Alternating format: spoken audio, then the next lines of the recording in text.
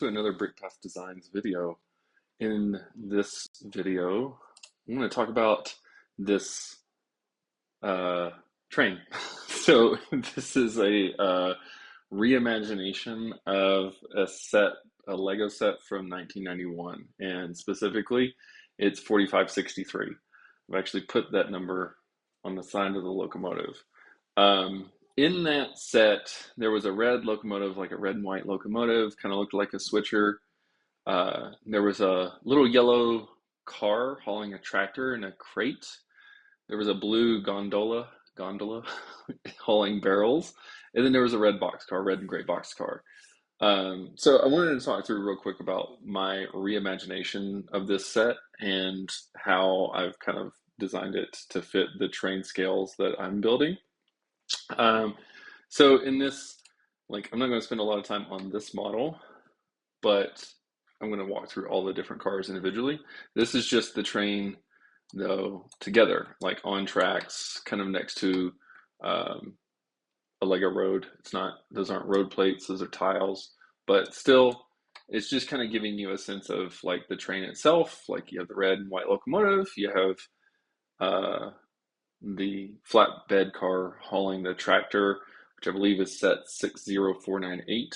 And then another blue gondola hauling barrels, but this time it's not like the Lego barrel, it's like a creation of whatever you want to call it. It's just like the cylinder pieces, cylindrical pieces, and then a red and gray box car. So the locomotive, let's walk through that for a moment.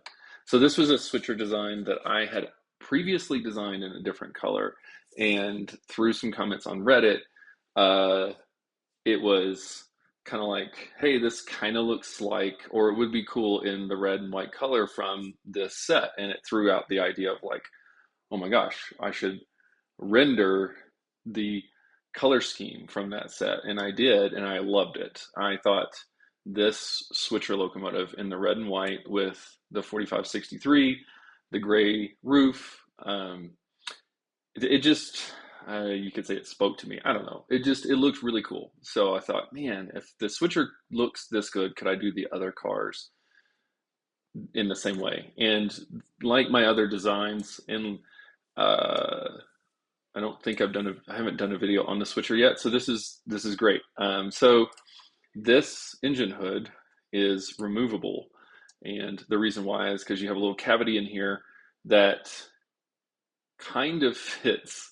So the cavity is not as big as it is on my like diesel road locomotive. So I can't fit the power functions box in here straight down. It kind of sits at an angle. Um, that's posing some problems and challenges that I'm going to work through.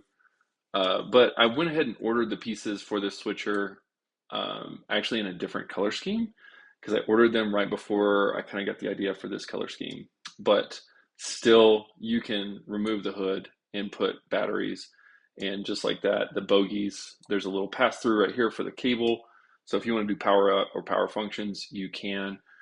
This should also fit a 9-volt battery or 9 volt battery, a 9-volt bogie as well. And like I designed this so that whenever I get the parts, it's actually free rolling. So I could have some flexibility with what I want to do with the locomotive.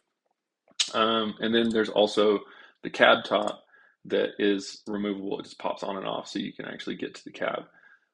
But again, this is just the design that I like that I'm using. And yeah, that's the switcher locomotive or the locomotive from 4563. Next is the car, the flatbed car that would haul the tractor from 4563. In this one, obviously, I have a much bigger scale for Lego trains, so I wanted to see if I could get it to fit the tractor from 6498. I think it's 60498. So um, this is the car itself, and it I'll just fits 3 tractors. And if you look at trains, and okay, so small caveat, I don't design exactly to scale. I use it as a reference point to kind of give me an idea where I want to be size-wise. But if you look at trains that haul tractors like this, you'll a lot of times see like three of them on a flatbed car. And so I was really happy to be able to get three tractors on a flatbed car. Now, here's where I'm kind of stuck and I'm playing through this. The ones on the end seem to fit well between the wheel braces, so I don't think you're going to see a lot of movement. The one here, though, does not. So it um, it you would see some rolling, and you would see, I don't know. I want to figure out a way to tie it down or block it or something. But again, it's still in design, and I think what I might do is just go ahead and order the pieces so that I can play with the design in real life, right? Because that helps a ton.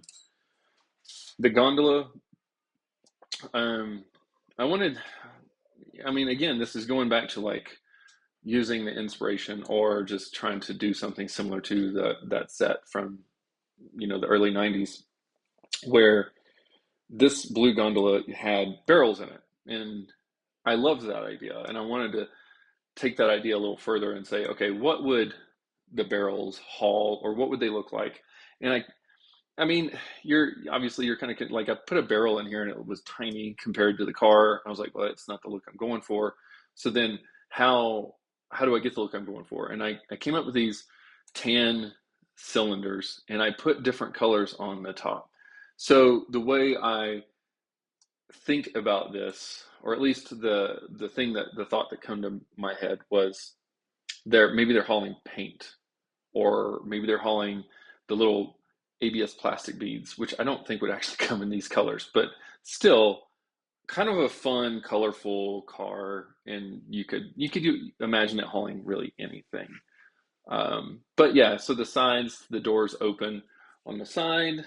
Um, and another thing to note, I was actually able to get these done pretty quickly because they all share the same exact bottom platform.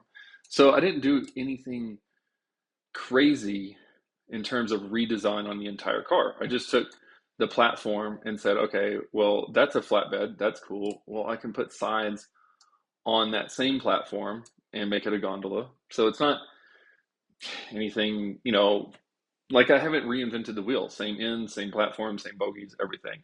And the same is true for the boxcar. If I did the gondola, I could just bring the sides up and on the same platform, have a boxcar, and that's what I did. So I have, I, I'm not 100% in love with the look of the sides.